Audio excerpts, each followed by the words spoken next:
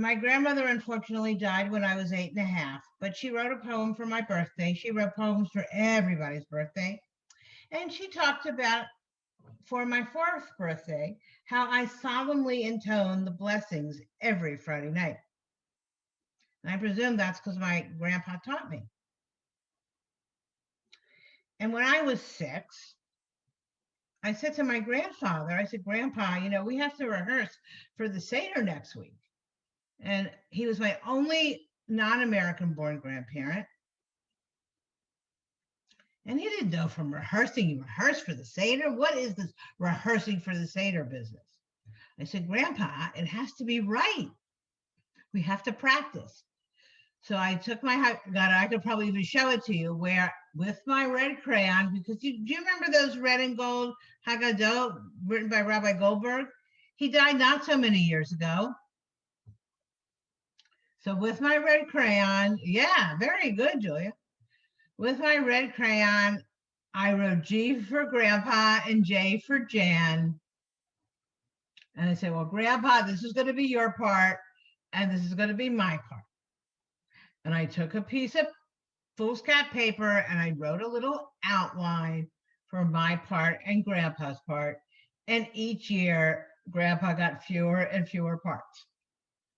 And I would stand on a chair, and I have a picture somewhere of me on the chair between my grandma and my grandpa lighting the candles. My grandmother died when I was 8 and a half, but I took over most of those duties. And I loved praying, and I loved learning every bracha of the Amidah. And in the 4th grade, Mrs. Shapiro gave us a star for every blessing that we learned. And I became a little cynical when I was in the 5th grade or the 6th grade. And I wasn't such a big believer. But I became much more observant personally, the less I started to believe. And that was perfectly fine with me. And in the 6th grade, on April the 1st, 1966, I was 10 years old. And we were reading, do you remember the Deborah Pessin series on Jewish history? I don't know if you ever had that in school. It was 3 volumes. And we were doing the volume in 6th grade. We started in the 4th grade. In 6th grade, Mr. Manischewitz was my teacher. And it was the volume on modern Jewish history. And we started to learn about the rise of religious reform. And on April the 1st, it was the day before we broke for Pesach vacation. And we learned about Rabbi Geiger and Rabbi Frankel and Solomon Schechter and Leopold Zunz. And lo and behold, there was Rabbi Frankel. Does the name Zachariah Frankel mean anything to anybody? You can raise your hand. And I just fell in love with Rabbi Frankel because we learned that Rabbi Frankel was a religious reformer. And Mr. Manischewitz, who was my favorite teacher, he told us that Rabbi Frankel left the Rabbinic Conference in 1845, not over the issue of religious ritual, which the reformers started to abandon. And he was a religious reformer who had had a traditional education in the yeshiva, but he had a doctorate, which I loved that he had a doctorate, but he had all this yeshiva training because I love the Hebrew language and I love studying Mishnah. I am the child of 2 scientists. And he had a rigorous scientific education. I loved Hebrew so much, I made my parents buy me all these dictionaries and all these Hebrew language books. But I didn't believe all that stuff literally. And the fact that Rabbi Frankel walked out of that conference over Hebrew because he wanted to retain Hebrew in the tefillot, I was in love. And I told my parents that I wanted to be a conservative rabbi. And I continued to become more fervent in my religious observance. No more ballet school on Saturday afternoon, and no more shopping after shul. What could my parents do? They sent me to a Jewish day school. and we went to shul every week. So they couldn't really complain very much. They were okay with it because I wasn't becoming an expert or anything. And I love the Amidah. I just thought it was so interesting how the rabbis constructed it. And then in the 8th grade, the principal called my class in, not to yell at us, but to tell us, junior congregation kids, you're out of there. You got to go to the main shul. And wow, the main shul. We started at 8:45 and we finished close to 1 o'clock. How was I going to survive?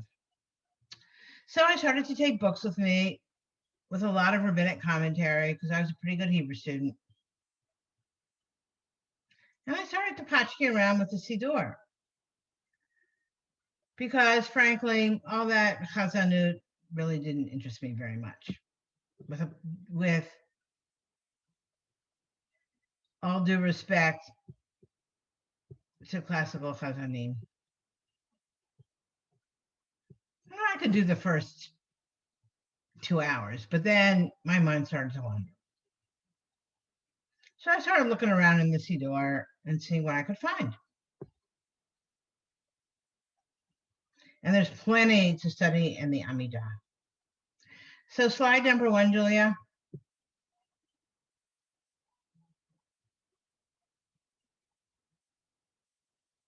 So the Amidah,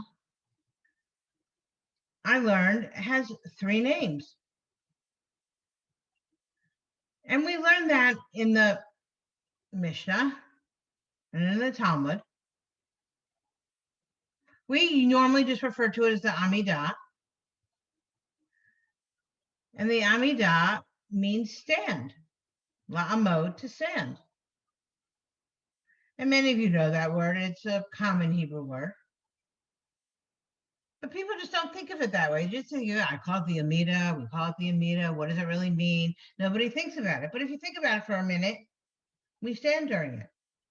But that's not what it's traditionally called in the Hebrew text. In rabbinic text, it's called Hatfilah. And people just think it means prayer. But when it's called Hatfilah, and you can unmute yourselves and just shout out, what does the word ha mean? It's a particle. The prayer. You can mute yourselves again. The prayer. So the prayer refers only to the Amidah. And Shemona Esrei, you could unmute yourselves. What does Shemona Esrei mean? How many is Shemona Esrei? 18. 18. But how many brachot does the weekday Amidah now have? 19. So I know I made it a little awkward there, but a blessing was added, and we don't know which blessing it was, what it was. It was either blessing 15 or it was blessing 12. Nobody really knows. I'll talk about that a little bit later. Okay, you can put the second slide on.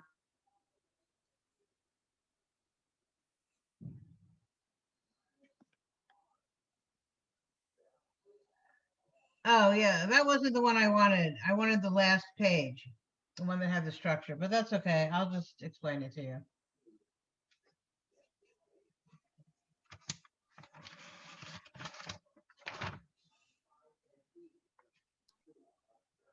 So the basic structure of the Amidah has really basically 3 parts. It has praise, petition, and thanksgiving.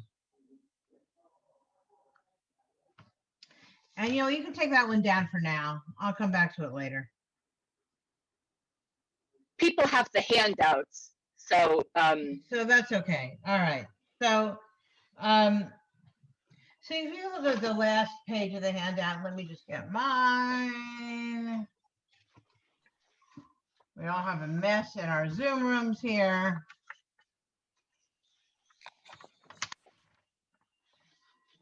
So as you know, that basically we have 3 different services. And our days start when? When does the Jewish day start? In the evening. Night The before. evening. In the Evening evening. before. So if you look at the overview of the basic structure of the fixed prayer services, the first service of the day is when? Evening. In the evening. So I zoomed into shul at night because I don't want to get up that early. For 19 months straight, I said Kaddish for two parents. I told myself I had the 3-month discount because my parents died within the same year. But now that I don't have to get up so early for Minyan every day and I'm retired, when I wasn't retired, I used to actually go to shul mostly every morning. And I have to say, when I was in rabbinical school, I had it all over my classmates because I had gone to shul every day my whole life, or mostly every day. So I actually knew the davening. So now I only zoom into Minyan in the morning if I'm up on time. I have to say, at Addis Israel, we have a big bonus because we have an expert vaccine doctor, and every Sunday morning he does a 40-minute schmooze with Cheryl Stolberg, who's the health writer for the New York Times. So they do a big schmooze every Sunday on what's new in vaccines. So if you come to the morning Minyan at Addis Israel on Sunday, although not this Sunday, they're getting the week off, you get a big bonus. So we start in the evening. And then there's Shacharit in the morning, and our day ends with Mariv, with Mincha. I'm sorry, Mincha. And what is the common feature of every service? What makes a service is the Amidah. So the Amidah is in every service. And then we have an extra service on Shabbat. And what's that extra service on Shabbat? Musaf. Musaf. Okay, so you can put up the next slide, Julia.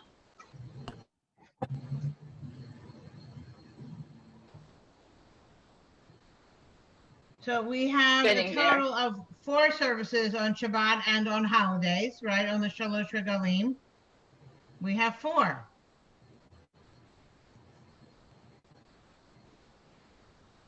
And on the weekdays, the Amidah has 3 parts: praise, petition, and thanksgiving.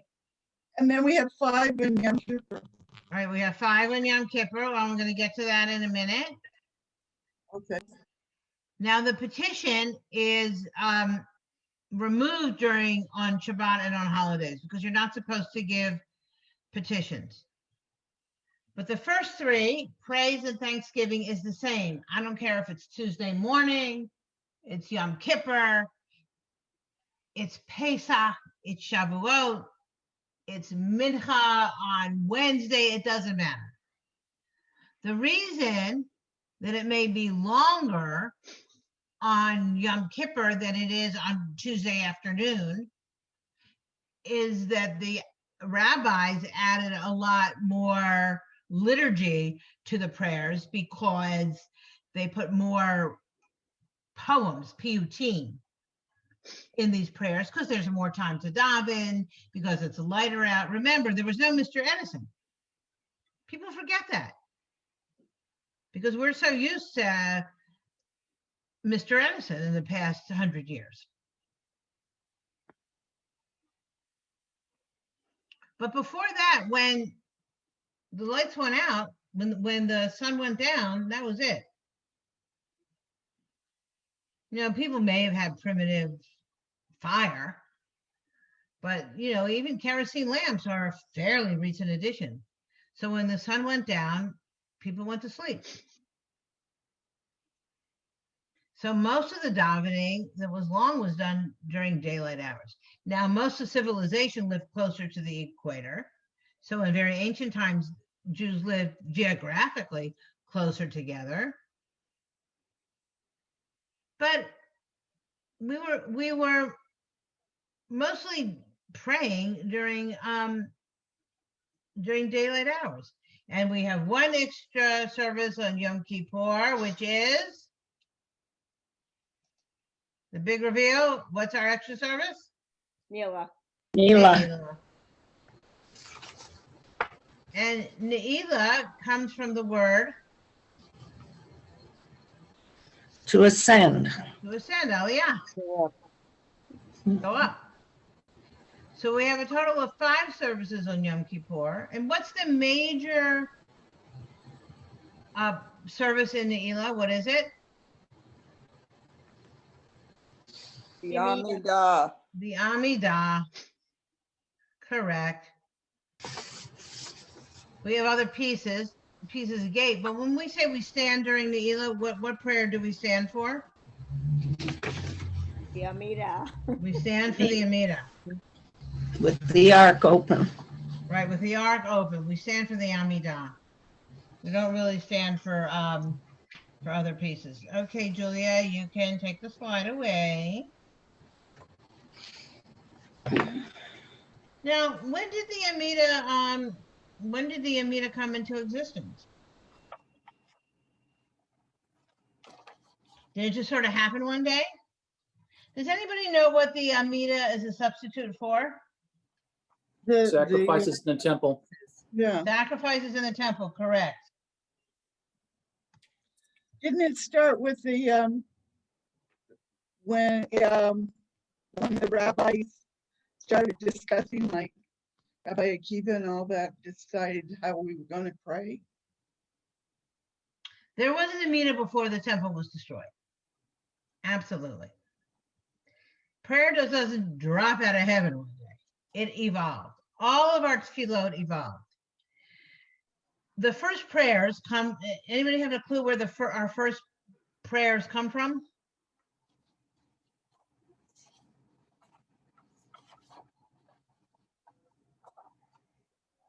Psalms. Yeah, Psalms. Patriarchs. What's more ancient than Psalms? What was the Wasn't first it- prayer you learned as a kid? Oh,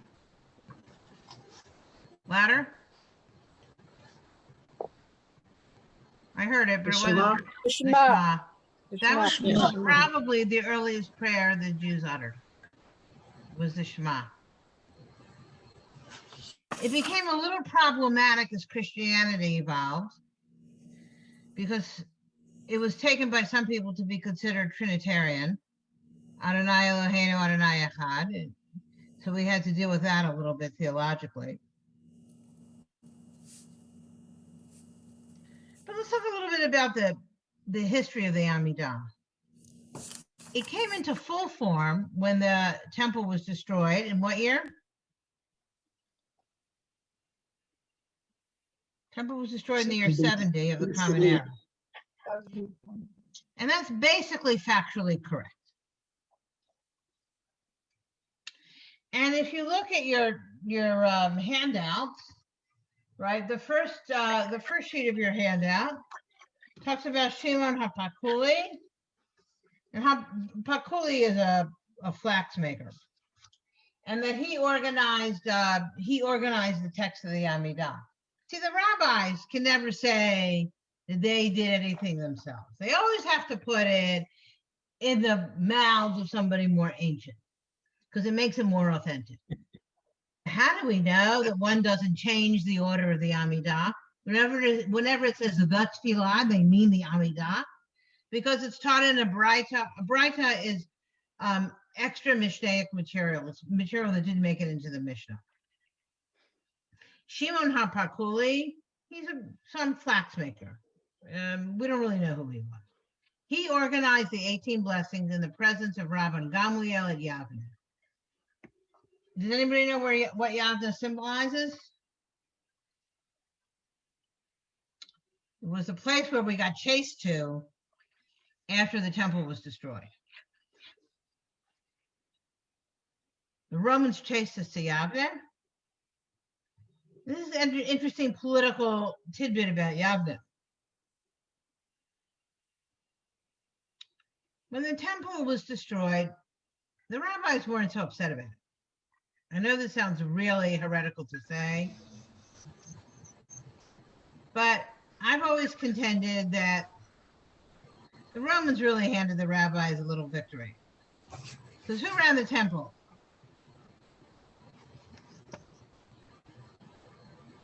Priest, the Kohanim. Priest. The Kohanim. What do you think the rabbis thought of the priests? Not much. Not much. And why didn't the rabbis think very much of the priests? Thought they were corrupt. Yeah, They thought they were special. they were very corrupt. They thought they were corrupt because they skimmed a lot off the top, right? And what else did they think of the priests? That they were helping the Romans. Some were. The rabbis were probably helping the Romans more. How did you get to be a rabbi and how did you get to be a priest? Well, You were born a Kohen. You were born a Kohen You had to study to be a rabbi. and you had to study to be a rabbi. Right. Right. So you could be born a mamzer, and as I would always tell my students, a mamzer is not your little brother who can't behave. A mamzer is somebody who's born of a woman who's married to somebody else. That's the halakhic definition. So you could be born of an illicit relationship. And you could become a rabbi because you study and you're smart and you work hard. And the rabbis say that it's better to be a scholar who's born of an illicit relationship than a Kohen who's dumb. So the rabbis aren't so happy about this whole priestly case, and they're not so happy about the priests who are corrupt and who skim off the top. So I don't think the rabbis are so happy about this whole temple system anyway. So they make a deal with the Romans, basically. And that deal is when the temple is destroyed, they go flee to Yavne. And they say to the Romans, let us have our yeshiva in Yavne. Let us rule our people according to our law, the way we want to rule our people. We'll pay you taxes. And you let us have our religious sovereignty. And we'll let you have foreign rule. We won't care so much about our political independence. And this goes back and forth really till the Bar Kokhba revolution, because you do have some in the Jewish community who want their political sovereignty. And I won't get into any more politics, but that's kind of how it goes. And it goes that way for 2,000 years because Jews do have autonomous rule of their own communities. They have it in the Middle Ages. They rule their community. They rule their communities because Jews don't have citizenship in the communities in which they live, but their rabbinical leaders do have certain control over their communities. I don't know if you see the play The Rothschilds. Has anybody ever seen the musical The Rothschilds? Yeah. So in the beginning of the scene of The Rothschilds, Meyer Rothschild he lives in the ghetto in Frankfurt, and I don't remember where he goes. He goes out because he wants to try to make a living, and he comes back and he plays chess with the Duke, and he has his girlfriend, right? And he wants to get married, but he can't get married because there's only so many marriages that the principality will allow per year. Does anybody remember that? So the principality will only allow a certain number of Jews to get married per year because they don't want a lot of Jews around, right? They want to limit the number of Jews that can reproduce. And he has his girlfriend back home and he wants to marry her. Right? This is the very beginning of the Enlightenment. So people are starting to be able to sort of get married, not so much for the shidduch. Maybe this was a shidduch, but he still liked her and he had this girlfriend, right? They could have been introduced by their parents. But he really wants to marry, what's her name? Gittel, I think is her name. And he plays chess, and then he's going to deal with coins with his Duke, because the Duke likes to, Duke or Prince, whatever he is, he wants to collect coins. So he gets the the Duke's secretary to allow him in, and he gives the Duke a valuable coin, and he convinces him to allow him to get married. So the Duke says to the secretary, "Go punish this man." And he says, "Oh, with lashes, Your Highness?" And the Duke says to the secretary, "No, with a wedding." So he lets him get married because he just can't go get a marriage license. He has to get permission. So Jews don't have political sovereignty until we have the state of Israel. Getting back to the Amidah, there is historical evidence that a form of the Amidah existed before the destruction of the temple. And people think that synagogues just kind of came into existence when the temple was destroyed, but that's not true. There were synagogues. There were prayers before the destruction of the temple. There had to be, because you couldn't just get on a train from Ashkelon and go to the temple in Jerusalem to make sacrifices. There were synagogues in different locations, but these synagogues had to be supervised very carefully because the community didn't want rogue altars popping up, because what was the problem if some altar, popped up in Ashkelon, for instance? What were the rabbis worried about? What could happen in these altars? They're worried about idolatry. Yeah, worshiping other gods. Right. They were worried about worshiping other gods, correct. And they didn't want people making sacrifices to Baal or to Asherah or to who knows what else. And these places of worship had to be carefully crafted. But scholars do argue that there were proto-Amidot. And I don't know how many of you have a Siddur handy. I know some of you have Lev Shalem, some of you have Sim Shalom. But if you have a Siddur handy, and I did look up the pages, but it's interesting if you look at the brachot, if you have a Siddur handy, you can hold it up and I can see what you have. I have two. You have, okay. So I see you have, some people have Or Chadash, some people have Siddur Sim Shalom. Okay. All right. So I'll just point out the pages. So if you have Sim Shalom for Shabbat and Hagim, and you look at the Haftarah Brachot on 147, or in Lev Shalem, I have all these different Siddurim on here. Siddurim I have. Page number, Siddurim, the things I don't know about, like Zoom, but from Siddurim I know. So if you look at the Haftarah Brachot, 147 in Sim Shalom for Shabbat and festivals, or in Lev Shalem on 175. If you look at the second bracha after the Haftarah, how does it start? Excuse me, do you want to have us to have a Shabbat Siddur? If you have one, I'll read it out to No you. problem. Just give me a minute. If you look at the brachot after the Haftarah, you will see it's a series of brachot. Mhm. The first one begins Baruch Atah Adonai.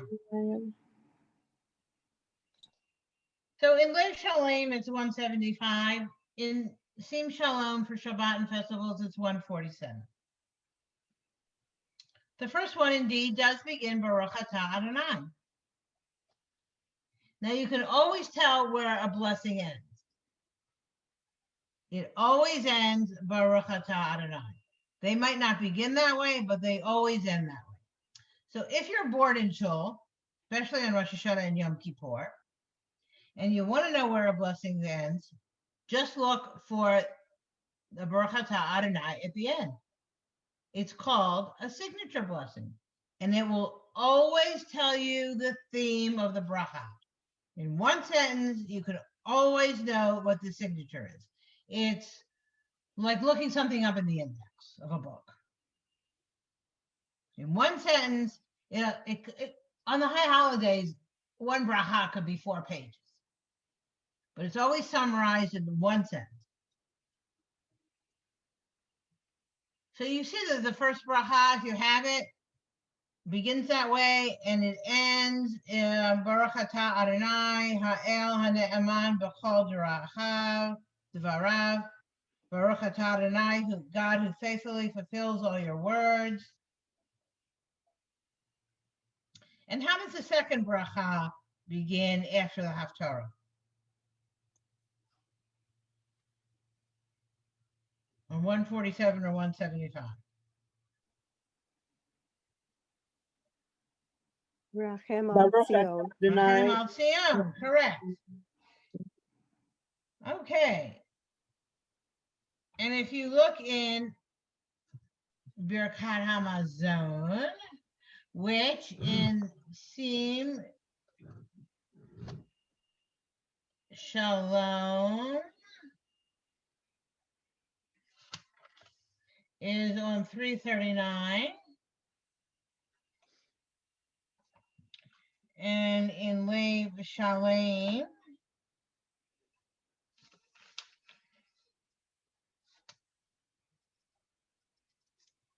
is on what is it, from 90, oops, is on 89.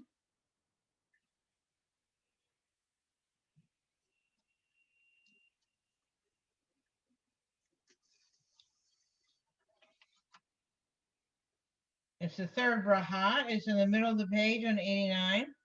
Bottom paragraph on 89 of Lev Shalem, in the bottom paragraph on 339. How does it begin? Rachem. Rachem. Same thing, just a different version.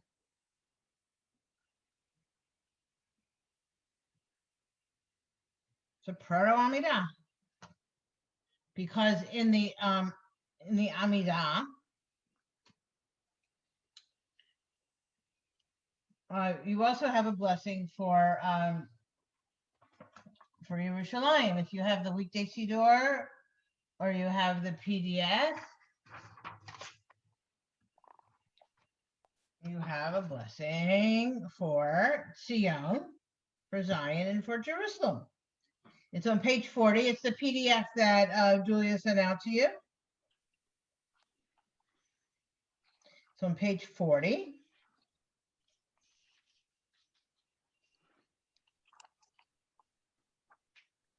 The second paragraph. And how does that blessing end?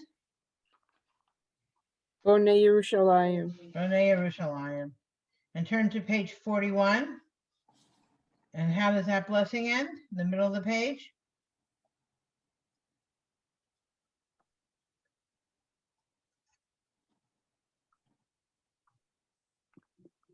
Restores the divine presence.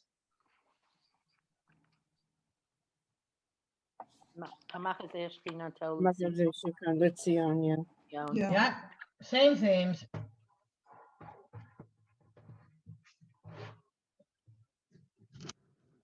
Now, I haven't looked at all these manuscripts from all these different traditions. I mean, there are many of them. These texts in our Siddurim are not the only ones. There are texts in the Italian Rite, and there are texts in the Spanish Rite, and there are texts in many Mizrahi and Eastern customs, Babylonian Rite and Moroccan Rite. Rabbi Feld, he should live to 120. He has looked at all of them. I would come into Siddur meetings, Siddur Lev Shalem and Makshel Lev Shalem meetings, and before that, in Siddur Sim Shalom meetings with Zecher Tzadik Livracha, Rabbi Kahan, whom Ellen Bresnik knew very well. You come to those meetings, and these rabbis would come in with manuscripts they had looked in the rare book room. And for Rabbi Feld, he would really delve into these. With these manuscripts with different rites from different traditions. So they're not all the same. These manuscripts evolved. So there were proto-Amidot, and they're very ancient. And a lot of these blessings, they are thematically the same. And you can find that in the end of the brachot. And I can tell you that I would go to these meetings, and sometimes, and these lasted all day. And when we started to work on the Machzor, there was 12 years of my life. And I tell people I spent 12 years of my life on this book. And one of the members of our committee was Rabbi Robert Scheinberg. I don't know if any of you know him. He's a rabbi in Hoboken, New Jersey. He was my student in high school. And I said, Rob, when you started, you had no children, and we finished, you had bat mitzvah already. He had 3 kids and one who was a bat mitzvah. He now has 2 kids in college. And there are, one of the storehouses for these manuscripts is the Cairo Geniza. Anybody familiar with that? There was this storehouse of fragments that were found in Cairo at the end of the 19th century that Solomon Schechter went and excavated. He went and found them. And they're now housed in Cambridge, and some are at the Jewish Theological Seminary. And when I was in law school, I spent a summer in England, and I went to Cambridge one day, and I never have religious experiences. I'm the child of 2 sciences. I'm very rational. And I went to Cambridge one day, and I felt like I was in God's presence. Because you would go and I would look at a fragment, and I would see that it was signed by Maimonides. And I said, oh my God. And there were things I could read on these fragments. It was really an incredible experience.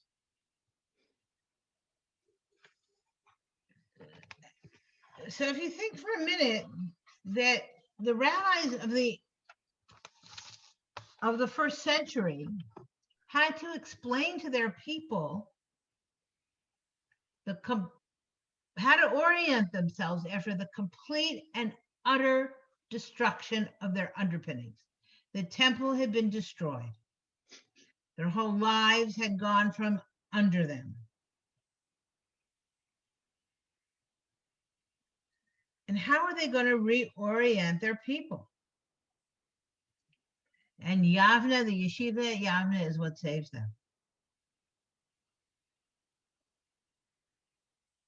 The temple was destroyed.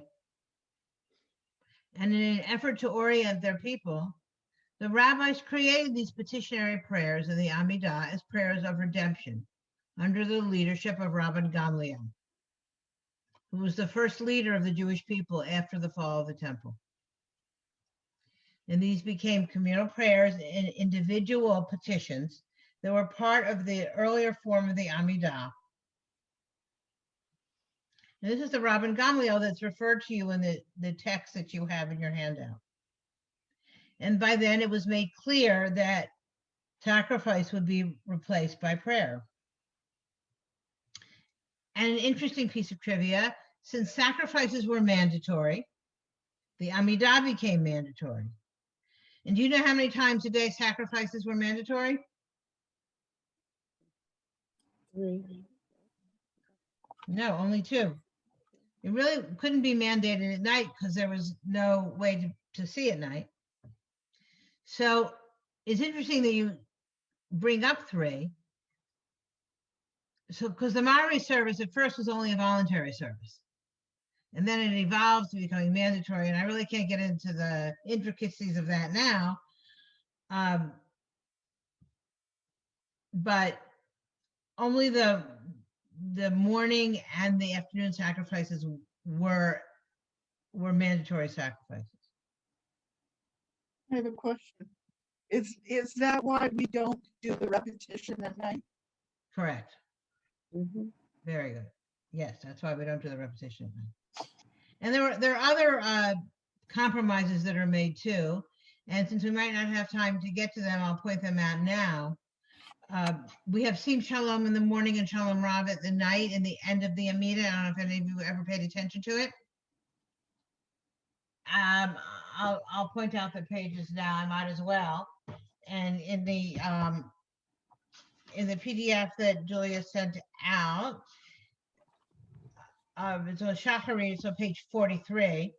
We have Sim Shalom, the Sim Shalom prayer. And if you have Siddur with, it doesn't matter if it's weekday or Shabbat, but if you have the Sim Shalom, I'll point it out to you in Kabbalat Shabbat. It's the easiest place to do it. It'll be the one that's most familiar to you. In the Amidah for Shabbat Ma'ariv on Sim Shalom, it's on page 38, Shalom Rav, and in the Lev Shalem. And it's the same prayer weekday or Shabbat, so it really doesn't matter.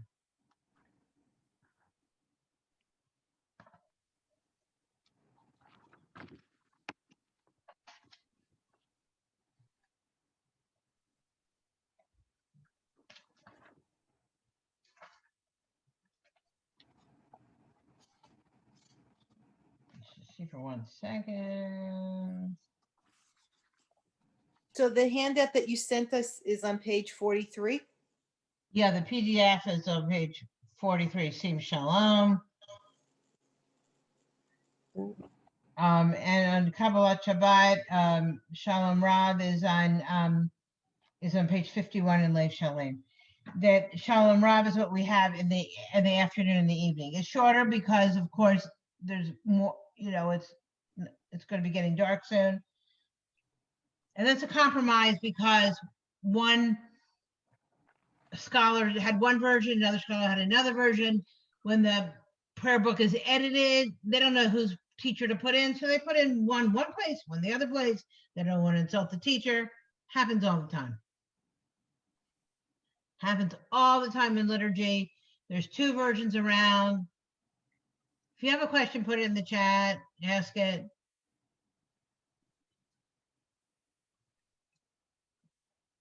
Because the editors, they don't want to insult their teacher, and they have a big fight about it.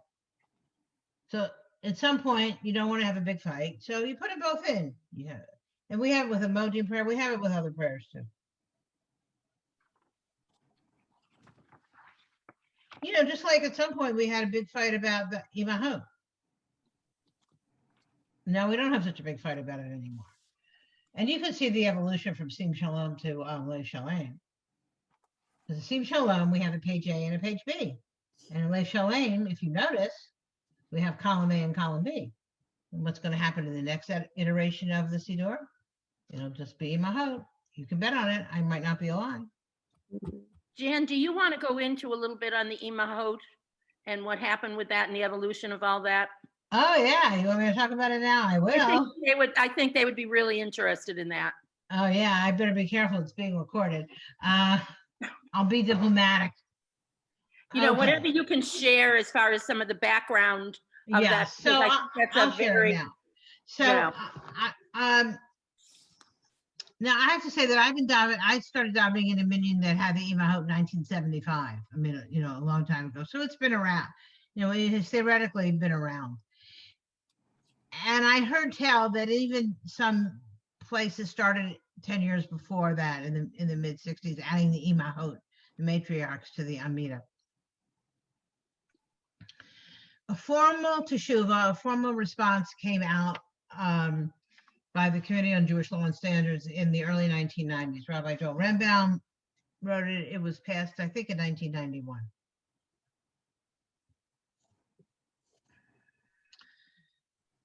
Who did you say wrote it?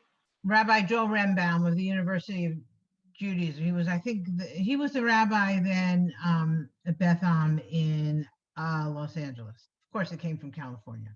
He was on the faculty for many years before that at the University of Judaism. He's a medieval historian. It came out from the Committee on Jewish Law and Standards. And as you know, things that come out from the Committee on Jewish Law and Standards can be accepted or not. Unless it's a standard of rabbinic practice, it does not have to be, you know, initiated. So the people who are working on the Siddur were not going to initiate it first. And I was told that. And so it was kind of casual talk at a rabbinical assembly convention. I don't know, 1991, I think. And I had a heart attack. So I went and complained. Well, I didn't go and complain by myself. I went and complained with other people because I didn't think my voice would have much weight on this. And I said, we have to put this in there. And by the time I started to work on, by the time I started to work for the Rabbinical Assembly, I came to the Rabbinical Assembly in 1994. It was clear that the Imahot would be in the Siddur. The question was, how are they going to format it, and how was it going to be put into the Siddur? So the decision was made by the editorial committee that there would be a page A and a page B. All publications have to go before the Committee on Jewish Law and Standards. The seminary at that point was not allowing the Imahot to be used in the seminary synagogue. And I think people who tried it it was not well received. I'll just leave it at that. And then the decision, I think a few years later, the decision was made that it would be allowed. By the mid 90s, word got out that it was going to be in the new Siddur. I think the new Siddur finally came out in 98. And you can look at the copyright date. I think that's when we published it. So that's basically how it happened. That's kind of basically how it happened. There were synagogues certainly inserting the Imahot, probably as far back as the early 80s. Certainly by the mid 80s, there were synagogues doing it. It was not universally done, but there were places that were definitely inserting it. In some places, it was more controversial than others. Some places the rabbi just did it and nobody batted an eyelash. There were places where there were committees in the synagogues that were studying it. And certainly in independent Chavaram Minyanim, it was being done, as I said, as early as the 1970s. And in Minyanim that were meeting in synagogues, nobody really cared what they did. I mean, they were doing it. Even if it wasn't done like in the main shul and they were doing it in the Chavaram Minyan in the synagogue, I don't think anybody paid any attention. And when the Machzor decided to add Miriam to Micha Mocha, and for those of you who have Lev Shalem, I can tell you what happened because I was part of this. And then I'll tell you about the memo. Remember the dossier? Well, I'll tell you about the memo because it's really an interesting story. And I have talked about the memo publicly before, but not when it was recorded. If you look at Lev Shalem, for those of you who have it, on page 44 in the Siddur,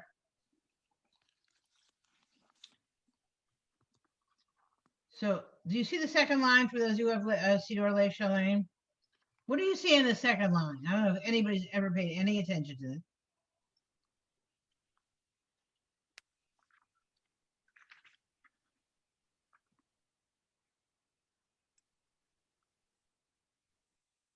Where it says Moshe and Miriam. Yeah. Moshe It and says Miriam. Yeah. Moshe and Miriam. So we did that in the Machzor. So when it came time to write the memo, now I have written, I think, 6 of these memos, or consulted on writing 6 of these memos. So I don't know if any of you looked at my bio, but I'm an attorney. And when I've written these memos, I've said to the editors of the publications, is anybody else on here an attorney? Okay, so you don't say too much, right? You say what you have to say, and you construct memos very narrowly, right? You don't deceive anybody, but you construct the question carefully. So the first memo I wrote was about the new Rabbi's Manual. And I said to my colleague, Perry Rank, because there were a lot of innovations in the new Rabbi's Manual. I said, we don't have to tell them everything. They're going to get the whole manuscript. They can read it. We're going to point out things, and we're going to ask questions. There are things that we're going to point out in a narrative, and then there are questions that we're going to have to ask. So when it came to Miriam, I said to Rabbi Feld, we have to point it out. We don't have to ask. because the question of the imahot has already been settled. And that's really a halakhic question because that's in the bracha of the Amidah. Next to Moshe, we're just adding Miriam's name. It's not part of a chatimah of a blessing. It's not part of the signature of a blessing, which is really halachically prescribed. We're adding a word. As I told you not 10 minutes ago, there's many different versions of a prayer. We're adding a word. So what? I said, we'll point it out when we write the memo. We're not going to deceive anybody, but don't ask too many questions. I said, I promise you, nobody will bat an eyelash.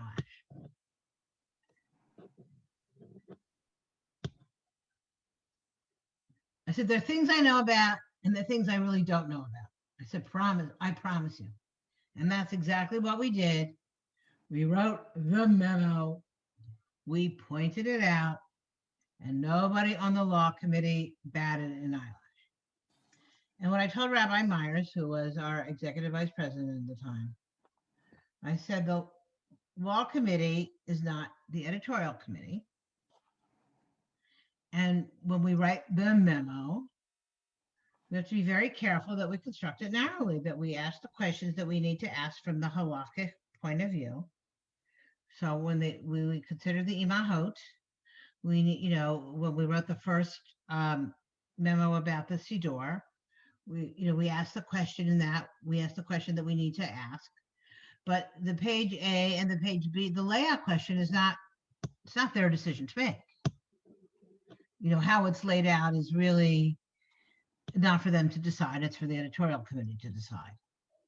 And that process went through test congregations. I know that Har Shalom was a test congregation. I don't know if any other congregations on this Zoom were test congregations, but that it went through a different kind of process. All the rabbis got copies of the test editions. I think I may have a copy here. I'll show it to you. I don't think you'll see it in my messy guest room.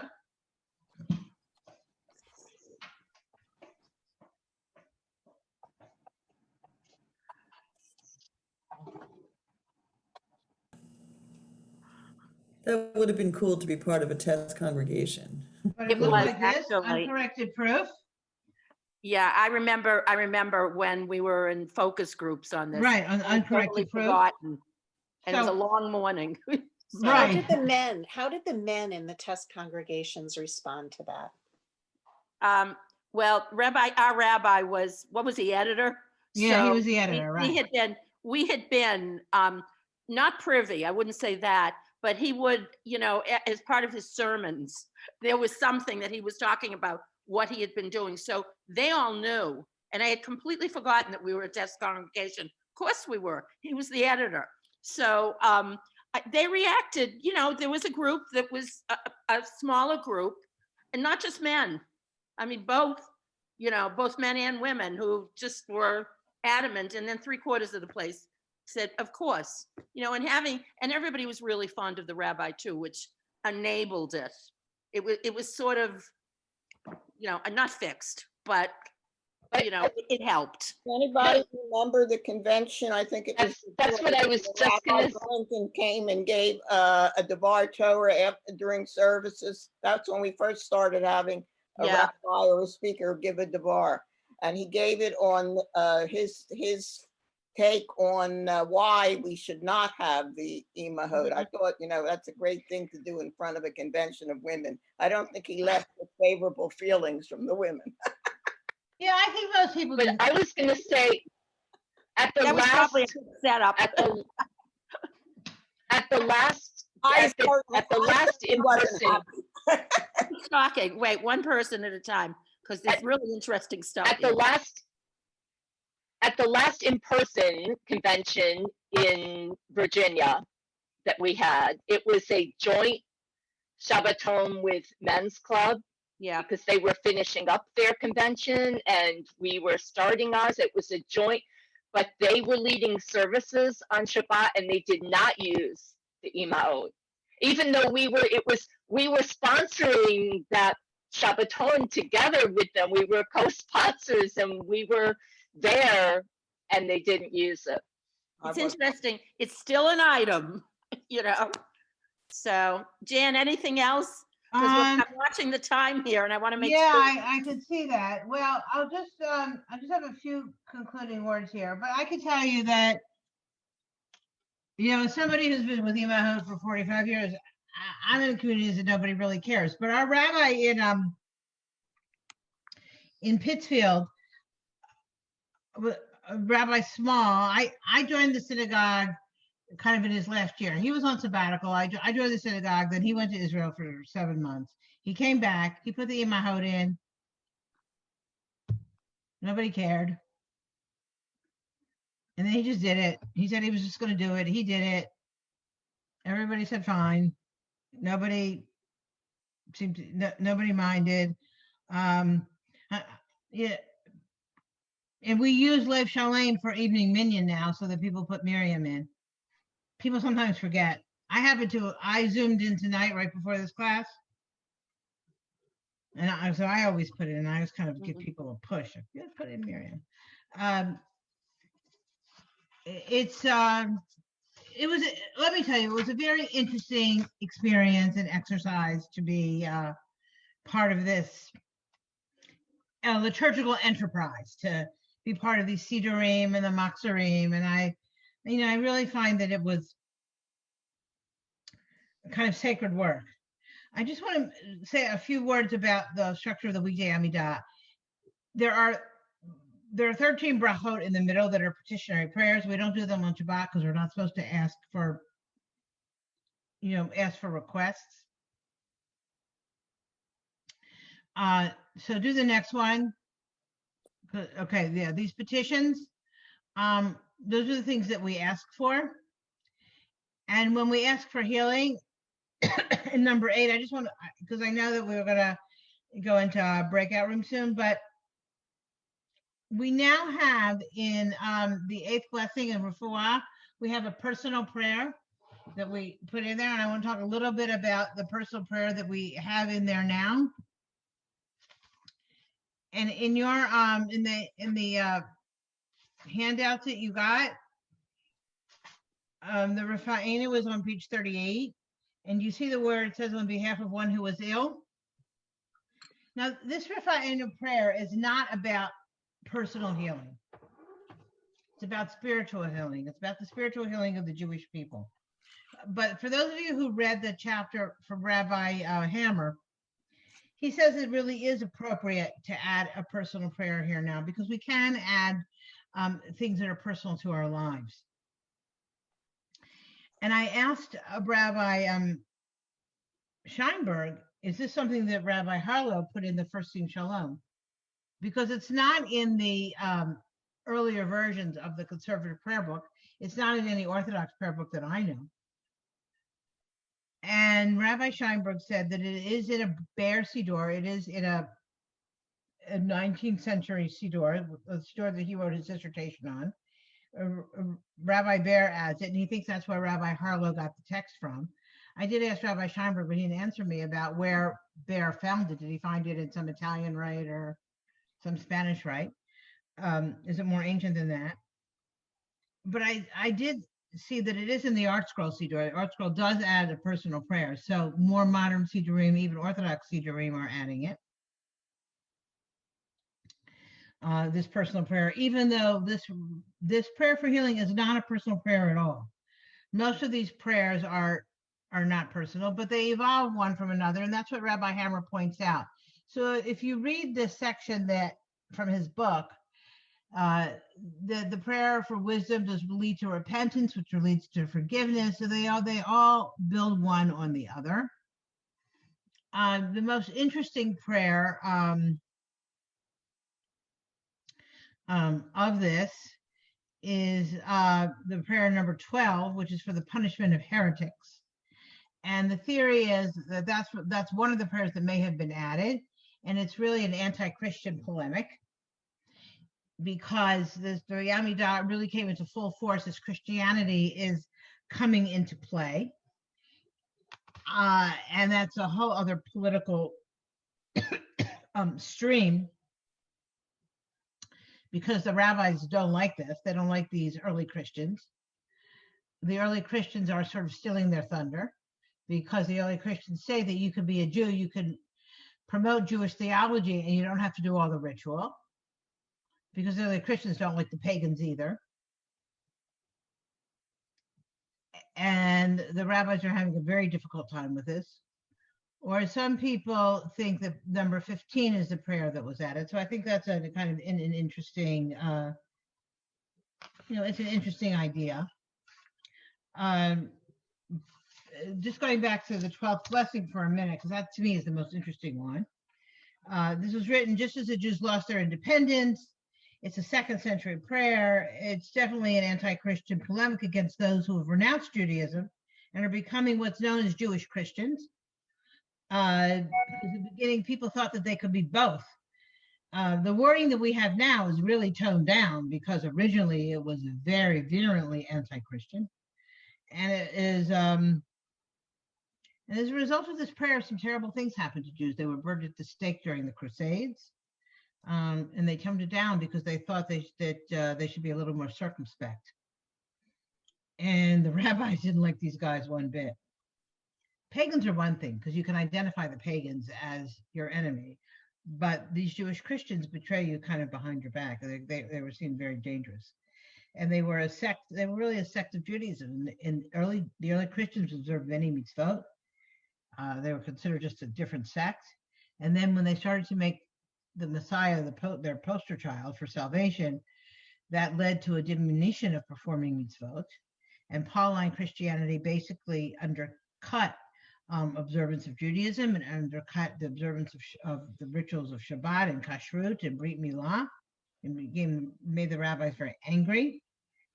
And Rabbi Tarfon said that he would go into a pagan temple before he would go into a place of worship of these Jewish Christians, because at least you could identify the pagans as an enemy that you know. Rabbi Ishmael was an ardent critic of the early Christians, and he even said that you could burn their books. He wrote a very famous commentary on the book of Exodus, a commentary which I love. It has some wonderful midrashim in it, but it really is an anti-Christian polemic, and you can find it if you're reading between the lines. But you can kind of understand that, because here their temple was destroyed, the underpinnings of their life was destroyed, and the rabbis needed to find a way to restore the faith of their people. And remember, the Christianity doesn't just pop up one day, it evolves. And the early Christians come and they claim that they are the true bearers of the covenant, and that the Torah has no force of law anymore. And it's bad news for the rabbis. And we have just read blessing number 7, the blessing about redemption. So the toned down version of this comes from the Babylonian tradition. And another prayer that's really toned down is the Aleinu that we now have. If you go to a Sephardic synagogue, the Aleinu is really nasty. Does anybody know what it says? Has anybody ever seen it?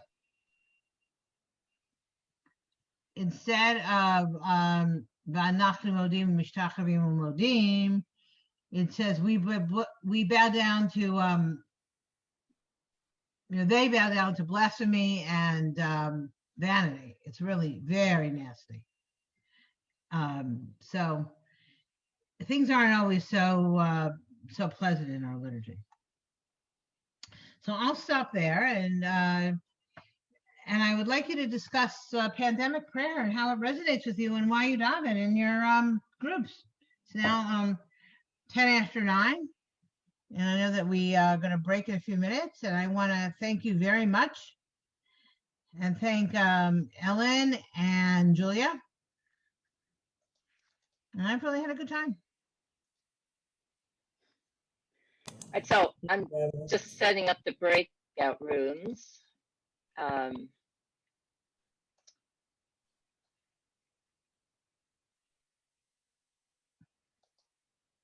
Julie, you want to repeat the question one more time and how long are we going to be in so, the So we're gonna do it for 8 minutes.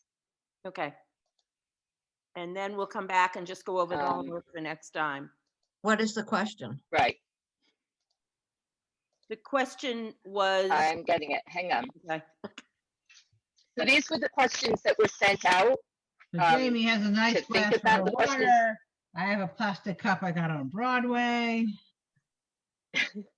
How has the pandemic impacted your prayer, either individual prayer or synagogue prayer, or your motivation to pray? so, Okay, and pandemic everyone again, have that? prayer. Okay. Okay, I'll see you all in a minute.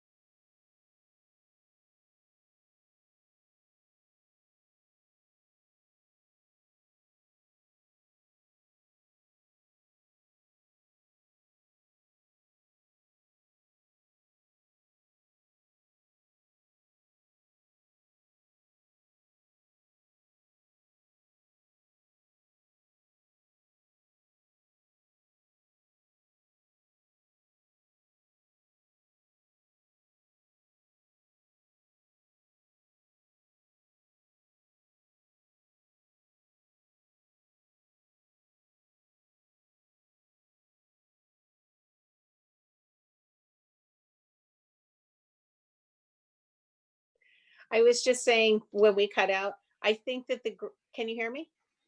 Okay, Yeah. that the gratitude that we were just talking about in our little group, I was just saying when we cut out, I think that's going to carry over when we return in person.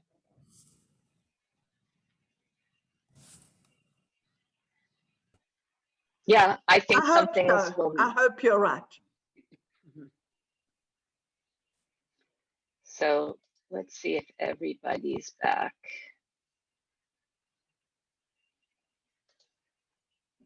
While you're waiting, Jan, there's a regards from Ellen and Stu Masters.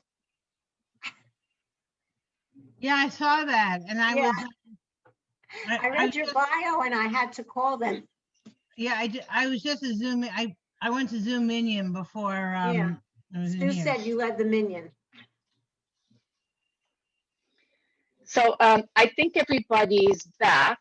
So I just want to take a minute and thank Rabbi Kaufman for joining us tonight You're and welcome. teaching us about Amidah. This is sort of the last of our prayer series, and next month we're going to move on to kashrut.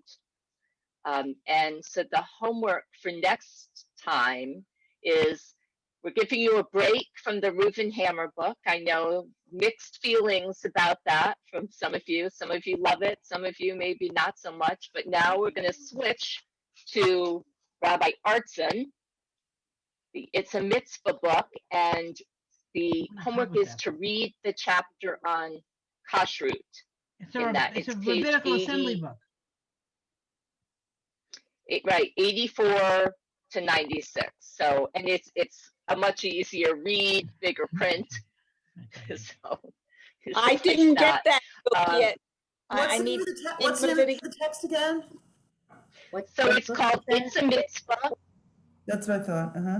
Could you email It's a the name of mitzvah. the book again? Or Yes. put it in the chat? Right.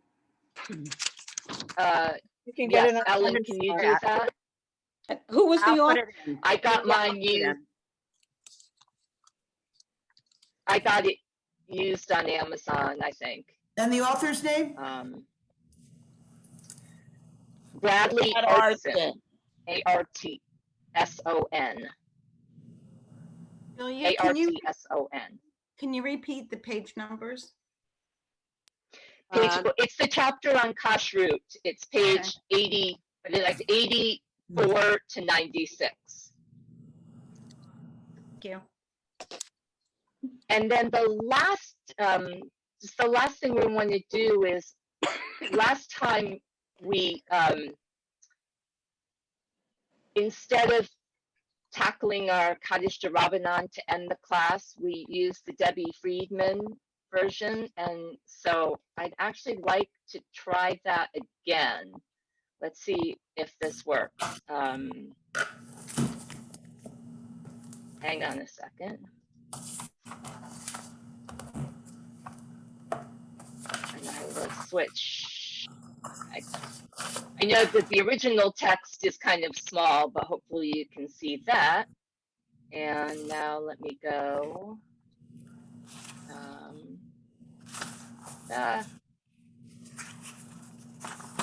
Hang on one second, because now it's hidden behind here.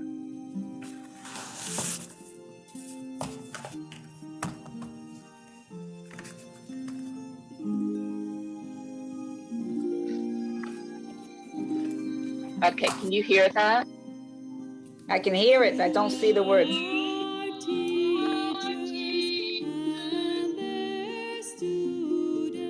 You can't see the screen with the words? No. And you shall be a blessing. Good earlier, but now it's not. No. All right, all right. Just listen then.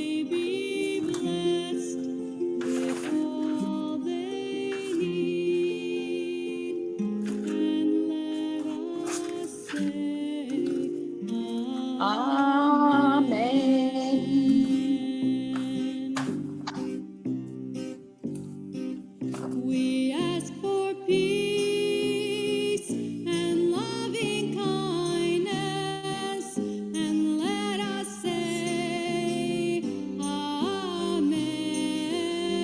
We ask for peace and loving kindness, and let us say Amen. We ask for peace and loving kindness, and let us say Amen. We ask for peace and loving kindness, and let us say Amen. We ask for peace and loving kindness, and let us say Amen. We ask for peace and loving kindness, and let us say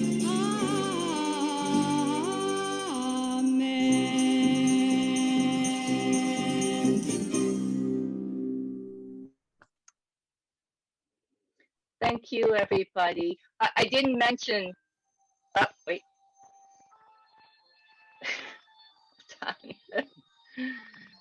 I was gonna say the book is, you can get it used on Amazon. Like you said, they still have used copies left. And the date, Oh, that's good. Mark? And I was just going to mention the next class is March 11th. March 11th. Okay, got it. Julia, Yeah. when did Debbie Friedman die? Do you remember anybody? They just celebrated her 10 years ago. 10th yard site, Yeah. 10 years ago. She was so amazing. I saw the program honoring her 10th anniversary yard site. It was absolutely wonderful. Incredible person. Anyway, Shabbat Shalom, everyone. Shalom. Shalom. Thank you, everybody. In a few See you weeks. tomorrow. Thank you, Bye, Rabbi. Shalom. Thank you very much, Ellen and Julia. Thank you. See you tomorrow. Thank you. Thank you very much. See you tomorrow. Thank you. Bye-bye.